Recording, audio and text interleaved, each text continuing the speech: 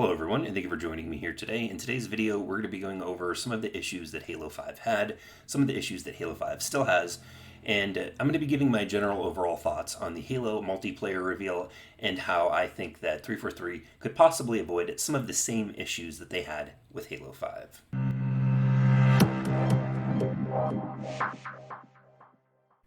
Now, whether or not you enjoyed Halo 5, the game launched with and still has a lot of issues. We're going to be covering a few different sections here: campaign, multiplayer, and what I like to call the rules of the world. First off, let's hit the campaign.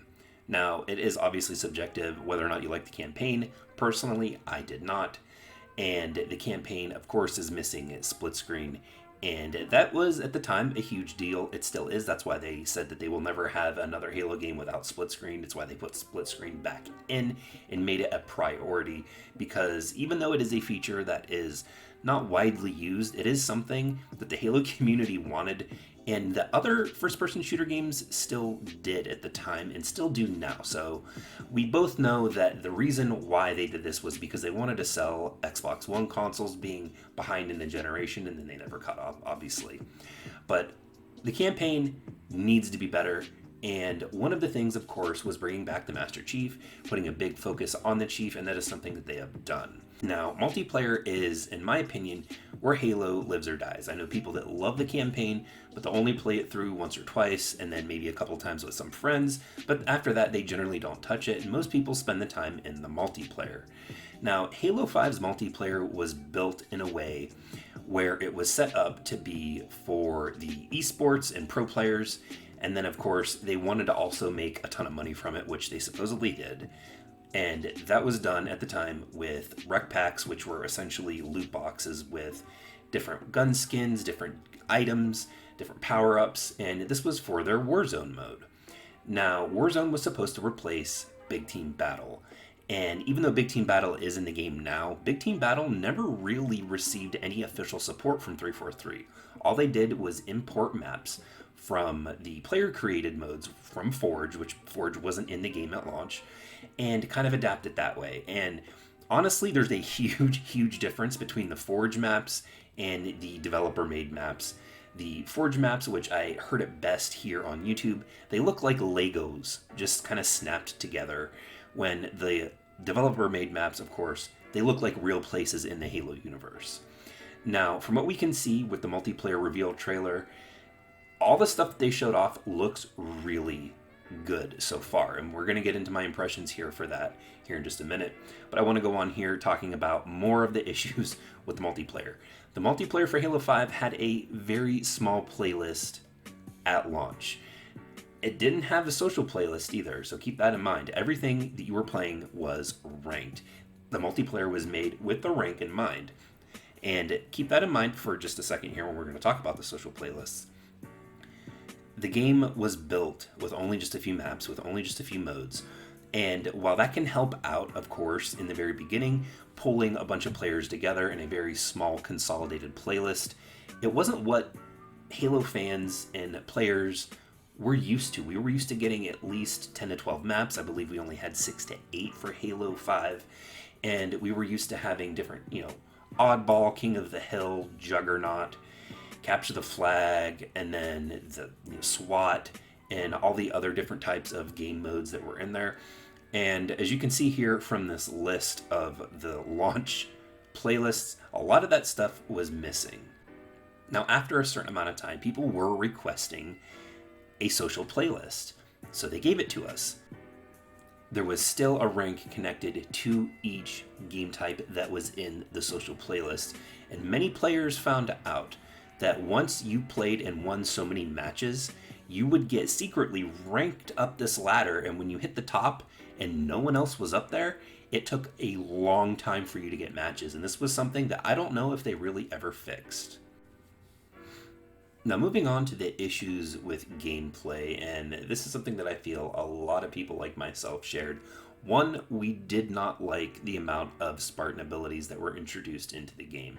Now, while we expected them to do something different, the Spartan abilities were not what a lot of people wanted to see happen.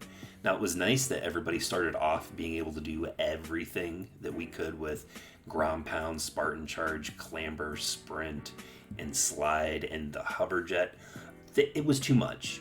Halo was best when it was simple, and even with Halo 3 with the equipment, all of that stuff was essentially just a one-use item, and then after it was gone, it was gone. It was treated like a power-up, like picking up a rocket launcher, or the stealth camo, or the overshield. And for me personally, it was too much on the controller to be able to handle at once, and the default controls for Halo 5 were something that I found to be extremely odd. Personally, the way that I played the game best was setting it up with the Halo 4 control scheme, and still, even then, it felt like it was just too much. There was too much that you were able to do. Halo Infinite looks like it's simplified that down. Of course, the Spartan abilities are now gone and the equipment pickups are back, and it looks like sliding, sprinting, and clambering are really, outside of the grapple hook, one of the only advanced, let's say, movement mechanics that still exist within the game. And this is something that, one, I'm a big fan of. I like the change, and I'm interested to see exactly how it goes. When it comes to the issues for me that still plague Halo 5, the radar is probably one of the worst issues that I've seen as an example for Halo in its entirety. Now, whether or not you liked playing previously in the other Halo games with the radar, it was always a part of the base game, and to me, it was a very important part of the game. The radar range was always fixed. From Halo 1 all the way up to Halo 4, it never changed the range at which you could see other players' movement on a map. Now, with Halo 5, the radar range, not only was it cut short, in my personal opinion, it was too short because you could still visually be looking at somebody in the same room on a map and get shot at and not know where they were at if your back was to them. The fact that with how fast everybody moved, it kind of made the radar irrelevant because they would come in and then go out almost immediately. So personally, for me in Halo 5, not only was the radar redundant, it also still wasn't handled well, because looking at different game modes and on different maps, like with Warzone, the radar range was expanded to be really big. And then in the campaign, it was smaller. And then in the multiplayer, it was even smaller. And then on some maps, it was bigger. They broke the rules of the game. One of the big things that was an issue with Halo 5 that I never really heard too many people address was also the way that the sprint mechanic and the shield recharge rate were connected in the multiplayer.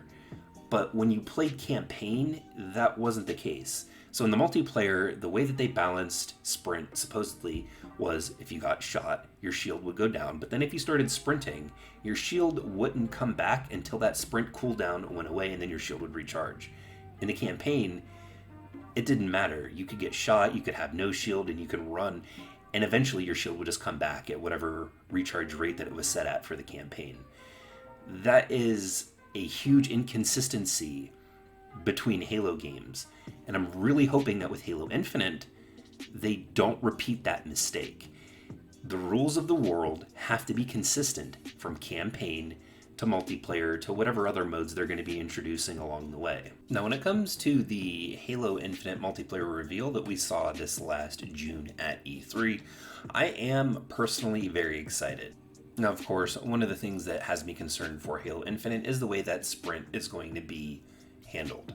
One, are they going to have that linked to the shield recharge mechanic? We still don't know yet, and we still haven't seen anything gameplay-wise to show us whether it is or it isn't. Now, one thing that I have talked about before in the past, and I've seen it debated on both sides here on YouTube, with people saying that it is and people saying that it isn't, the multiplayer levels for Halo 5 with Sprint were stretched out and expanded, and the game has some of the biggest multiplayer maps in franchise history. That's just a fact. If you don't believe me, look at Midship from Halo 2 and Halo 3, compare that to Halo 5. It's just apparent. Now, we haven't really seen any of the indoor levels as much as I would have liked to have seen them with the Halo multiplayer trailer that was released for E3 here in June. They've shown a lot of outside levels, which again look really great. I know the player count for Big Team Battle has been increased, which has me excited. But how are they going to be having these smaller levels? Not every level is going to be this giant outdoor map. So they're going to have some levels set in smaller spaces, you would think. I'm interested to see exactly how they have that laid out and what the map design for those look like. Another thing that has me concerned that I've seen, and it's only showing up at very quick, specific points in the multiplayer trailer, is the fact that it's not really aim down sights that's in the game, but there is some kind of enhanced zoom with some weapons. You can see it with the Needler, and you can also see it with the assault rifle. Now, again, we don't know exactly what this function is, if it's just a slight zoom, if it has anything to do with the gun accuracy, or a lot of the gameplay that they showed, of course, was firing from the hip and the scopes with the battle rifle and the smart scope, I'm assuming, with the sniper and with the LMG weapon. I can't remember what it's called at this exact second. But it seems that aim down sights for every weapon isn't there, but there still is an added zoom function or feature that they haven't exactly talked about yet. Now, the one feature that I am particularly excited to get my hands on and try out and see exactly the extent of the depth of this mode is the Spartan Academy. I have wanted multiplayer bots for Halo since Halo 2. I was a big fan back in the Nintendo 64 day, and even when the game was released for Xbox Live Arcade with Perfect Dark.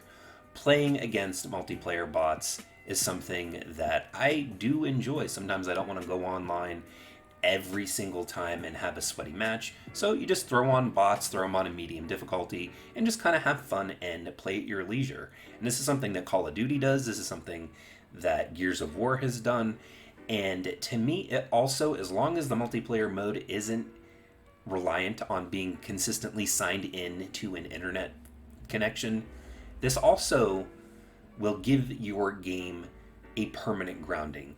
It future-proofs it, and it'll pretty much ensure that every game type, every playlist, every map will always be accessible 100% of the time, if not with other players, but at least by the game AI itself.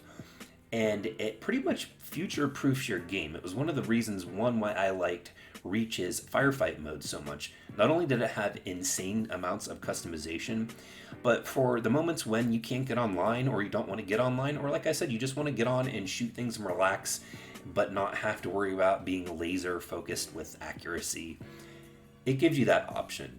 And this is also a rumor for the MCC that they're going to be putting in bots for the MCC, which I'm again hoping that they do. It is something that I have wanted for a very long time. So I'm excited at least to see that it's going to be in Halo Infinite, at least to an extent. And that also brings me to one of the last points that I'd like to talk about, is the internet functionality and or reliance for Halo Infinite. When it came to Halo 5, one of the big problems with 5, if you were connected to the internet, all you had access to was the campaign. And again, love it or hate it, that's not a lot of content for the amount of money that you were putting down. And if you didn't end up liking the campaign, well, you know, what are you really going to do about it?